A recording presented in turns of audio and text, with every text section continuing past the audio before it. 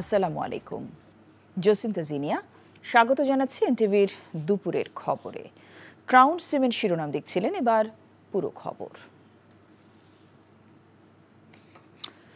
লকডাউনের নামে কার্যক্রম নিষিদ্ধ আওয়ামী লীগের যে কোনো নাশকতা আইনের সর্বোচ্চ প্রয়োগের মাধ্যমে দমন করা হবে বলে জানিয়েছেন অতিরিক্ত পুলিশ কমিশনার ডিবি প্রধান শফিকুল ইসলাম। রাজধানী ঢাকা ও আশেপাশের জেলার সার্বিক আইন শৃঙ্খলা পরিস্থিতির উন্নয়ন ও নিরাপত্তা নিশ্চিতে 14 প্লাটুন বিজিবি মোতায়েন করা হয়েছে। কার্যক্রম নিষিদ্ধ আওয়ামী লীগ 13 নভেম্বর ঢাকায় লকডাউন কর্মসূচি ঘোষণার পর থেকে রাজধানী ও এর আশেপাশে ককটেল বিস্ফোরণ এবং যানবাহনে অগ্নিসংযোগের মতো অপতৎপরতা রোধে ও নিরাপত্তা নিশ্চিতে এই বিজিবি মোতায়েন করা হয়েছে। এর মধ্যে রাজধানী সহ ঢাকায় 12 প্লাটুন ও আশেপাশে জেলায় 2 প্লাটুন সহ মোট 14 প্লাটুন বিজিবি মোতায়েন করা হয়েছে। পরবর্তী নির্দেশনার আগ পর্যন্ত বিজিবি সদস্যরা মোতায়েন থাকবে। আমরা নগরবাসীর সহযোগিতা চাইছি, আমরা মিডিয়া আপনাদের সহযোগিতা চাইছি, আমরা সবার সহযোগিতা নিয়ে ইনশাল্লাহ এই যে যারা যে ভীতি করা একটা পরিস্থিতি বা তারা বিভিন্ন রকম যে অপতৎপর চালাচ্ছে, এটা আমরা কঠোর হস্তে দমন করার আইনের যেটুকু প্রয়োগিক ক্ষমতা আছে এটা আমরা সর্বোচ্চ প্রয়োগ করব। যারা এই নেপথ্যে আছে সেই নেতাদেরকে উপর নজরদারি রাখতেছি, তাদেরকে গ্রেপ্তার করতেছি। আজকেও এই সংক্রান্তে 44 জন অ্যারেস্ট আছে। ব্রাহ্মণবাড়িয়ায় গ্রামীণ ব্যাংকে আগুন দিয়েছে দুষ্কৃতিকারীরা। এক রাতেই গাজীপুরের 3টি ও আশুলায় 1টি যাত্রীবাহী বাসে আগুন দেওয়া হয়।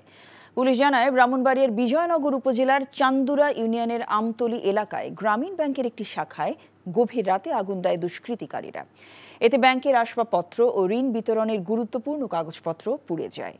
পুলিশ ব্যাংকটি নিরাপত্তা কর্মীদের জিজ্ঞাসাবাদ করছে। এদিকে ভোরে গাজীপুরে ভোগড়া বাইপাসে পেয়ারা বাগান এলাকায় দাঁড়িয়ে থাকা ভিআইপি পরিবহনের একটি বাসে আগুন দেয় দুষ্কৃতিকারীরা।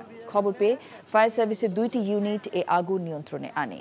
জেলা শ্রীপুরে বেড়াইদের চালা এলাকায় দাঁড়িয়ে থাকা আরও একটি বাসে আগুন দিয়েছে দুর্বৃত্তরা।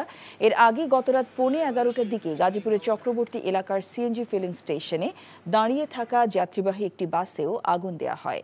সাভারের আশুলিয়ায় একটি বাসেও আগুন দেওয়া হয়। বাইপাইল আবদুল্লাপুর রুটে চলাচলকারী বাসটি সড়কের পাশে পার্কিং অবস্থায় ছিল। হঠাৎ করে কিছু দুষ্কৃতিকারী মোটরসাইকেল যোগে এসে আগুন দিয়ে পালিয়ে যায়। পুলিশ বলছে, আগুনের ঘটনায় জড়িতদের খুঁজে বের করতে একাধিক টিম কাজ করছে।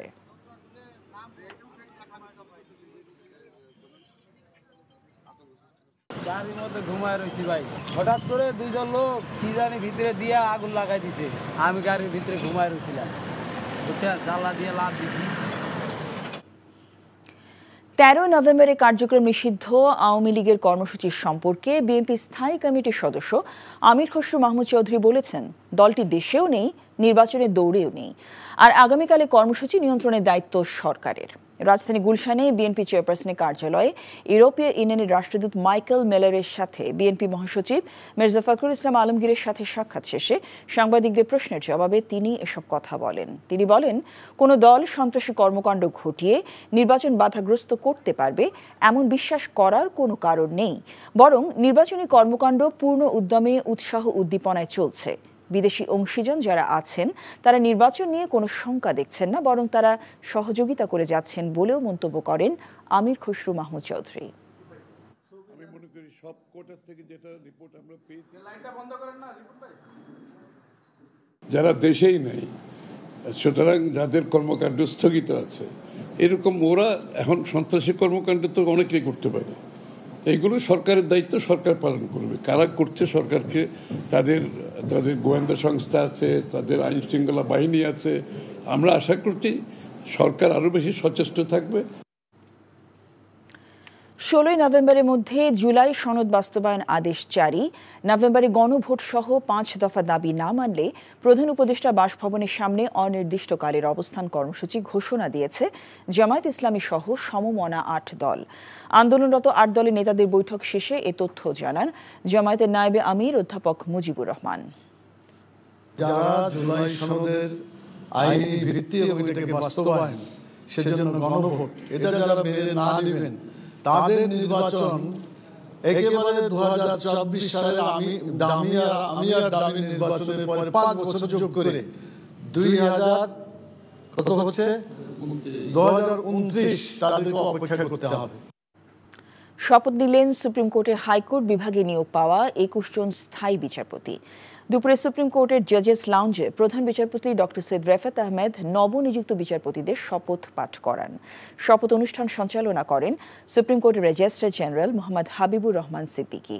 অতিরিক্ত বিচারপতি থেকে গতকাল 22 জনকে স্থায়ী বিচারপতি হিসেবে নিয়োগ দেন রাষ্ট্রপতি। তবে বিচারপতি সৈয়দ এনায়েত হোসেন অসুস্থ থাকায় আজ 21 জন বিচারপতি শপথ নিয়েছেন। শপথ গ্রহণের মাধ্যমে তাদের নিয়োগ কার্যকর হলো।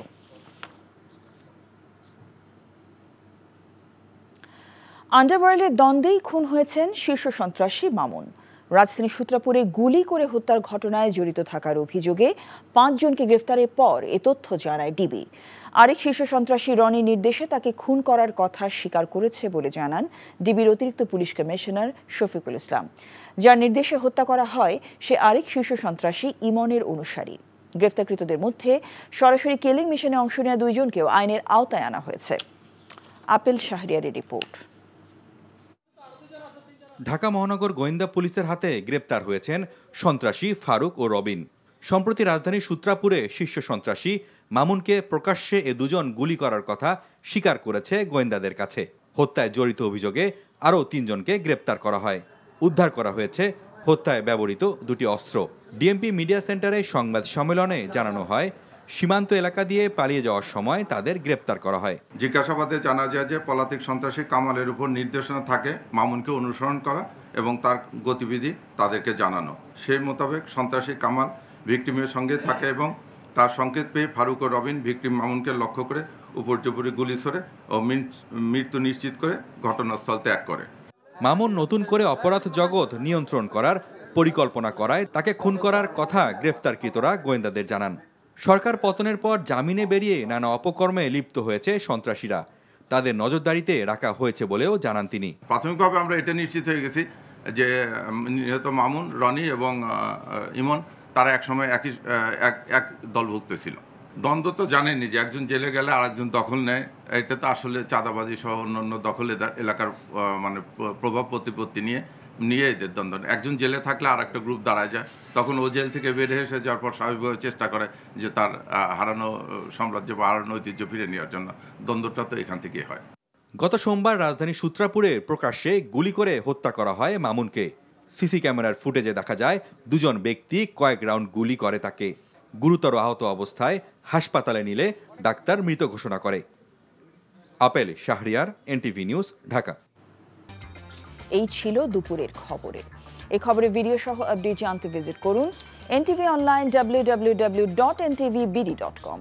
এছাড়াও এনটিভি জনপ্রিয় সব অনুষ্ঠান ও খবরের আপডেট জানতে ভিজিট করুন আমাদের ইউটিউব ভেরিফাইড ফেসবুক পেজ। 5টা দেশের খবর দেখার আমন্ত্রণ রইল। সবাইকে ধন্যবাদ।